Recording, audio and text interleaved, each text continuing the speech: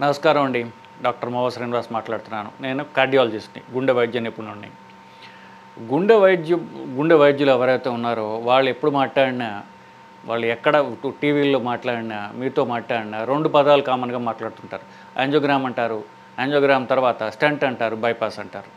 ఇది చాలా అంటే అన్ని చోట్ల దీని గురించి ఇన్ఫర్మేషన్ ఉన్నప్పటికీ కూడా దీన్ని కొంచెం నేను క్లారిఫై చేద్దామని అనుకుంటున్నాను బేసికల్లీ. అంటే మీకు అర్థమయ్యే రీతిలో చెప్పే ప్రయత్నం చేద్దాం అనుకుంటున్నాను. సో, గుండె రక్తనాళాల్లో కొవ్వు పేరుకుని పోయి, కొలెస్ట్రాల్ పేరుకుని పోయి, సంవత్సరాల తరబడి మెల్లమెల్లగా రక్తనాళంలో పేరుకుని పోయి, అది 70% బ్లాక్ దాటిందనుకోండి, అప్పుడు అది ఆ రక్త ప్రసరాన్ని అడ్డుపడటం మొదలవుతుందన్నమాట. సో, రక్త ప్రసారం బ్లాక్ అయిపోతుంది. రక్త ప్రసారం స్లో అవుతుంది. సో, ఆ గుండె పని చేసేటప్పుడు ఏమవుతుందంటే రక్త ప్రసారం ఈ రక్తనాళం సప్లై చేసేటటువంటి రక్త ప్రసారానికి రక్తం అందక అప్పుడు వాళ్ళకి ఛాతీలో నడిచినప్పుడు, ఎస్పెషల్లీ బరువెత్తినప్పుడు, అంటే ఎప్పుడైతే గుండె ఇంకా ఎక్కువ పని చేయాల్సిన అవసరం వస్తుందో అప్పుడు వాళ్ళకి ఛాతీలో నొప్పి రావడం మొదలవుతుంది. ఈ 70% వల్ల 100% అయిపోయిందనుకోండి, దాన్ని హార్ట్ అటాక్ అంటాం. అంటే ఏంటి, రక్త ప్రసారం తగ్గలేదు, పూర్తిగా మూసుకొని పోయింది. రక్త ప్రసారం కొంచెం కూడా పోవట్ల. అప్పుడు అంటే ఛాతీలో నొప్పి అప్పుడప్పుడు నడిచినప్పుడు, బరువెత్తినప్పుడు, అంటే గుండె ఎగ్జర్ట్ చేసినప్పుడు వచ్చేటటువంటి నొప్పి ఏదైతే ఉందో అది కంటిన్యూస్గా నొప్పి వస్తుంది. ఎందుకు, రక్త ప్రసారం పూర్తిగా ఆగిపోయింది.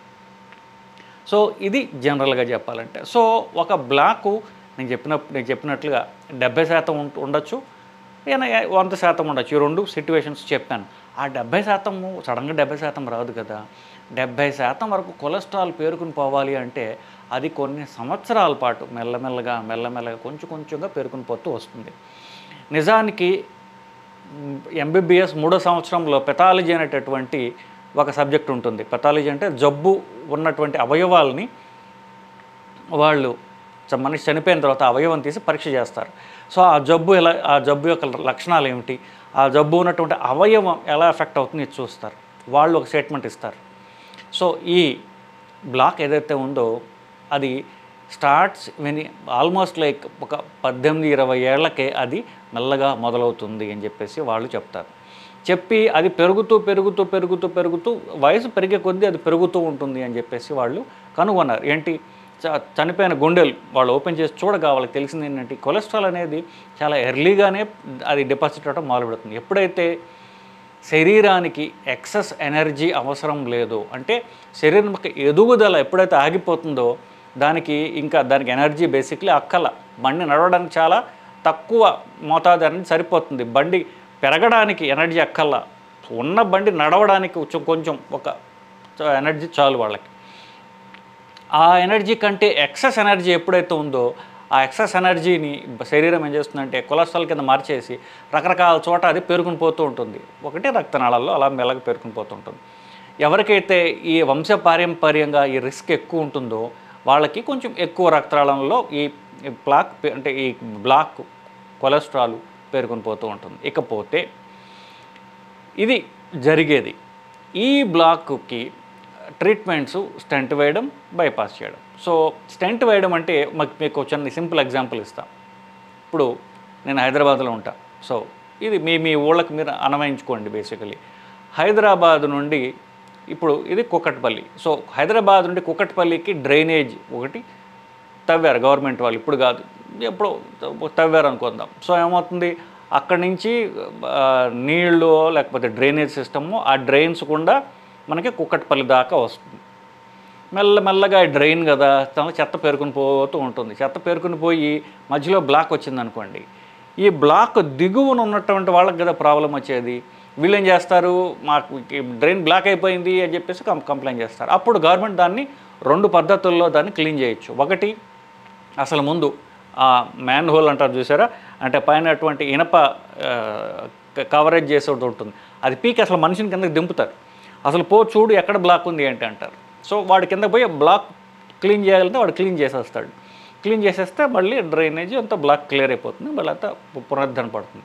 ఒక్కొక్కసారి ఏమవుతుందంటే, ఎప్పుడో నిజాం కాలం నాటి అది డ్రైనేజ్ అనుకోండి, మధ్యలో అది రాళ్ళు పట్టేసి ఆ చెత్త అంతా పేరుకుని పోయి చెత్త మీద రాళ్ళు బట్టి అది ఇంకా మనం మామూలు పద్ధతుల్లో క్లీన్ చేయలేనట్టుగా అది చెడిపోతుంది. చెడిపోతే ఏం చేస్తారు? సో ఈ డ్రైనేజ్ సిస్టమ్ ఇంక చెడిపోయింది పూర్తిగా, దాన్ని మనం ఏం చేయలేమని కొత్త డ్రైనేజ్ సిస్టమ్ వేద్దాము. కొత్త డ్రైనేజ్ సిస్టమ్ ఎక్కడి నుంచి చేయొచ్చు? పూర్తిగా కొత్త డ్రైనేజ్ సిస్టమ్ వేయచ్చు. లేదా హైదరాబాద్ నుంచి ఇప్పుడు చార్మినార్ దగ్గర నుంచి ఆల్మోస్ట్ అమీర్పేట దాకా కొత్త డ్రైనేజ్ సిస్టమ్ వేసి అక్కడ దాన్ని పాత డ్రైనేజ్ సిస్టమ్కి అటాచ్ చేయొచ్చు. ఎందుకు? ఈ దిగువ భాగం బాగానే ఉంది, మధ్యలోనే బ్లాక్ ఉంది అనుకోండి, అప్పుడు కొత్తది తీసుకొచ్చి అమీర్పేట దగ్గర అటాచ్ చేస్తారు, మళ్ళీ డ్రైనేజ్ అంతా బాగానే ఉంటుంది. సేమ్. సో ఇదే పద్ధతిలో మనం రక్తనాళాల్లో బ్లాక్ ఉన్నట్లయితే రక్తనాళం లోపల దిగి రక్తనాళం లోపల మనం క్లీన్ చేసేసేయచ్చు. దాన్ని స్టెంట్ అంటారు. ఎక్కడైతే రక్తనాళం లోపల మేము దిగి రక్తనాళం లోపల చెత్త అంతా బెలూన్ సహాయంతో క్లీన్ చేసేసి అది మళ్ళీ కొలాప్స్ అవ్వకుండా అక్కడ ఎక్కడైతే బ్లాక్ ఉందో దాన్ని రిపేర్ వర్క్ చేసి దానిలో స్టెంట్ అమరుస్తాం. అప్పుడేంటి? పాత సిస్టమ్నే మనం రిపేర్ చేసుకుంటూ పోతాం. బైపాస్ అంటే ఏంటి? పాత సిస్టమ్ కొలాప్స్ అయిపోయింది, దాన్ని ఏం చేయలేము అని చెప్పేసి దానికి ఒక కొత్త రక్తనాళం తీసుకుని, ఆ కొత్త రక్తనాళం ఎక్కడి నుంచి? ఆ మనిషి కాలు నుంచే తీసుకుంటారు. ఆ మనిషి కాలు నుంచి, ఇది కాలు పొడుగ్గా ఉంటుంది కదా, పెద్ద రక్తనాళం వస్తుందా, 2 ముక్కలు చేసుకోవచ్చు. 2-3 ముక్కలు చేసి ఎక్కడైతే బ్లాక్ ఉందో ఆ బ్లాక్ని బైపాస్ చేస్తారు. ఆ బ్లాక్ని క్లీన్ చేయరు. ఆ బ్లాక్ ఇక చెడిపోయింది, దీన్ని ఏమి చేయలేమని దాన్ని వదిలేస్తారనమాట. వదిలేసి ఎక్కడైతే రక్త ప్రసారం మొదలవుతుందో అక్కడి నుంచి ఆ బ్లాక్ కిందకి దాన్ని తీసుకొచ్చి అటాచ్ చేయడం ద్వారా చార్మినార్ నుంచి అమీర్పేటకు తీసుకొచ్చి అటాచ్ చేసినట్టుగా అంటే చార్మినార్కి అమీర్పేటకి మధ్యలో బ్లాక్ ఉంది, ఆ బ్లాక్ మనం ఏం చేయలేము. అక్కడ పూర్తిగా ఆ డ్రైనేజ్ సిస్టమ్ కొలాప్స్ అయిపోయింది. సో కొత్త డ్రైనేజ్ సిస్టమ్ తీసుకొచ్చి మధ్యలో అటాచ్ చేస్తారు. అలాగా ఈ పై భాగం నుంచి ఎక్కడైతే రక్తం వస్తుందో అక్కడి నుంచి తీసుకొచ్చి బ్లాక్ కింద తీసుకొచ్చి కొత్త రక్తనాళాన్ని, కాలు మించి తీసినటువంటి కొత్త రక్తనాళాన్ని ఆ బ్లాక్ కింద తీసుకొచ్చి అటాచ్ చేసినప్పుడు ఏమవుతుందంటే ఇది పాతలా ఉండిపోతుంది, అది చెడిపోయింది, దాన్ని ఏం చేయలేము. కొత్త సిస్టమ్ పార్షియల్గా వస్తుంది. అంటే కింద భాగం బాగానే ఉంది కాబట్టి కింద అటాచ్ చేస్తారు. ఆ బ్లాక్ కింద అటాచ్ చేస్తే రక్తం మళ్ళీ పునరుద్ధరింపబడుతుంది బేసికలీ. సో ఈ 2 పద్ధతులు. కానీ స్టెంట్ వేయడం అంటే ఏంటి? దానికి ఉన్న దాంట్లోంచి రిపేర్ చేయడం కాబట్టి ఇప్పుడు మ్యాన్హోల్ ఎంత ఉంటుంది? చిన్నది ఉంటుంది. సో దానికి మీరు కొత్తగా తవ్వేయడాలు ఇవేం చేయనవసరం లేదు. సో జస్ట్ మ్యాన్హోల్ డోర్ తీయడం, లోపల దిగేయడం. సో యాంజియోప్లాస్టిక్ చేయాలన్నా కూడా అంతే. స్టెంట్ వేయాలనుకోండి, చిన్న ఇక్కడ చేతి మించి కానీ కాలు మించి కానీ చిన్న సూది సహాయంతో ఎంటర్ అయిపోతాం, అంటే లోపలికి వెళ్ళిపోయాం మేము. లోపల మనం ఏం చేయాలో మనకు తెలుసు. మనకు కావాల్సిన డ్రైనేజ్ సిస్టమ్ లాగా మన దగ్గర లైట్లు ఉంటాయి, ఒక స్కోప్లు ఉంటాయి, ఏమంటారంటే కనిపించడానికి మనకి మైక్రోస్కోప్లు ఉంటాయి, దానికి ఉండంగా పోతాం. ఎక్కడెక్కడైతే బ్లాక్స్ ఉన్నాయో ఆ బ్లాక్స్ మనం క్లీన్ చేసే పరికరాలు మన దగ్గర ఉన్నాయి కాబట్టి పాత సిస్టమ్ని చక్కగా రిపేర్ చేసుకుని బ్లాక్ ఉన్న చోట మాత్రమే రిపేర్ చేసి మళ్ళీ మనం దాన్ని నార్మల్గా చేసేయచ్చు. ఇప్పుడు బైపాస్ అనుకోండి, అది పెద్ద ఆపరేషన్. సో దాన్ని కోసి కొత్తది తీసి ఇక్కడ అటాచ్ చేసి, ఇప్పుడు చూడండి ట్రాఫిక్ ఎంత ఇబ్బంది పడతారో. కొత్తగా మధ్యలో కనుక కొత్త డ్రైనేజ్ సిస్టమ్ వేయాలనుకోండి, 6 నెలల తరబడి ట్రాఫిక్ ఆగిపోతుంది, పెద్ద ఆపరేషన్ చేయాలి. సేమ్ ఇక్కడ కూడా అంతే. సో మేజర్ ఆపరేషన్ చేసి దాన్ని అంతా ఓపెన్ చేసి ఈ రక్తాలను ఇక్కడ వేయడం అనేది పెద్ద ఆపరేషన్. దానికి టైం ఎక్కువ పడుతుంది. సో మనిషికి కూడా ఏమంటానంటే స్ట్రెస్ ఎక్కువ ఉంటుంది, అంత పెద్ద ఆపరేషన్ కాబట్టి. సో మిగతా సిస్టమ్స్ అన్నీ బాగుండాలి, మనిషిని మత్తు మీద పెట్టడానికి గుండె బలం ఆల్రెడీ బాగుండాలి, కిడ్నీలు బాగుండాలి, మధ్యలో కాంప్లికేషన్స్ ఎక్కువ వస్తాయి, ఇవన్నీ ఉంటాయి బేసికలీ. సో స్టెంట్ వేయటం సులువు, చాలా తేలిక. ఎన్ని బ్లాక్స్ ఉన్నా కూడా ఎక్కడెక్కడైనా సరే మనకి తెలుస్తుంది కాబట్టి టక్ లోపలికి ఎంటర్ అయిపోయి మనం క్లీన్ చేసుకోవచ్చు. కాకపోతే ఈ బైపాస్ అంటే ఏంటంటే ఒకేసారి ఎక్కువ అన్ని బ్లాక్స్కి ఒకటే ఆపరేషన్ చేసి క్లియర్ చేస్తాడు. స్టెంట్ అనుకోండి, ఎక్కడెక్కడ బ్లాక్స్ క్లీన్ చేసుకుంటూ వెళ్తుంటాం కాబట్టి స్టెంట్లు అవసరం ఎక్కువ పడవచ్చు. సో ఒక్కొక్క స్టెంట్కి ఖరీదు ఎక్కువ ఉంటుంది బేసికలీ. సో స్టెంట్ మీ గవర్నమెంట్ రూల్స్ ప్రకారం దగ్గర 30-32 వేలు ఉంటుంది.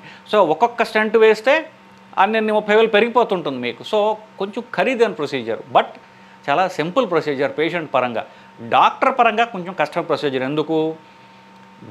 లోపలికి దిగి అదంతా మనం పేరుకుని పోయిన కొలెస్ట్రాల్ అంతా పగలగొట్టి బెలూన్ సహాయంతో అంతా నైస్గా క్లీన్ చేసి అప్పుడు మనం స్టెంట్ పెట్టాలి కాబట్టి డాక్టర్ పరంగా కొంచెం కష్టమైంది. డాక్టర్కి కొంచెం స్కిల్ కావాలి, కొంచెం పనితనం కావాలి. కానీ పేషెంట్ పరంగా చాలా సింపుల్ ప్రొసీజర్, కొంచెం కాస్ట్లీ ప్రొసీజర్.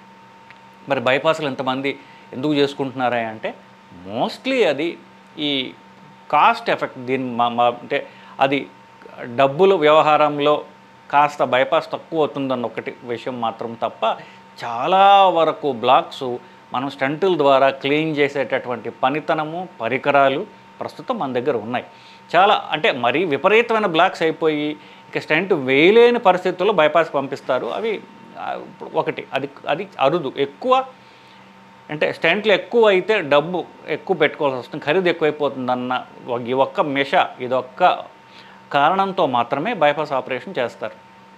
లేదా ఇంకొక ఏంటంటే గుండెలో ఈ రక్తనాళాలు కాకుండా గుండెలోని వాల్వ్స్ ఉంటాయి, గుండెలో తలుపులు ఉంటాయి. 4 గదులు ఉంటాయి కదా గుండెలో, 4 గదులకి మధ్యన తలుపులు ఉంటాయి. ఆ తలుపులు డ్యామేజ్ అయిందనుకోండి, అప్పుడు దానికి మనం యాంజియోప్లాస్టీ ద్వారా స్టెంట్ ద్వారా చేయలేం.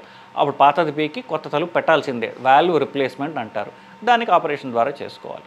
సో వాల్వ్స్ తప్ప రక్తనాళాల వరకు వస్తే మాత్రము స్టెంటా బైపాస్ అంటే స్టెంట్ వేయడం అనేది ఈజీ. పేషెంట్కి చక్కగా ఎన్ని బ్లాక్స్ ఉన్నా కూడా, ఎంత కష్టతరమైన బ్లాక్స్ ఉన్నా కూడా డాక్టర్ చేయగలిగిన వాడు ఉంటే 2 రోజుల్లో మీరు ఇంటికి వెళ్ళిపోతారు.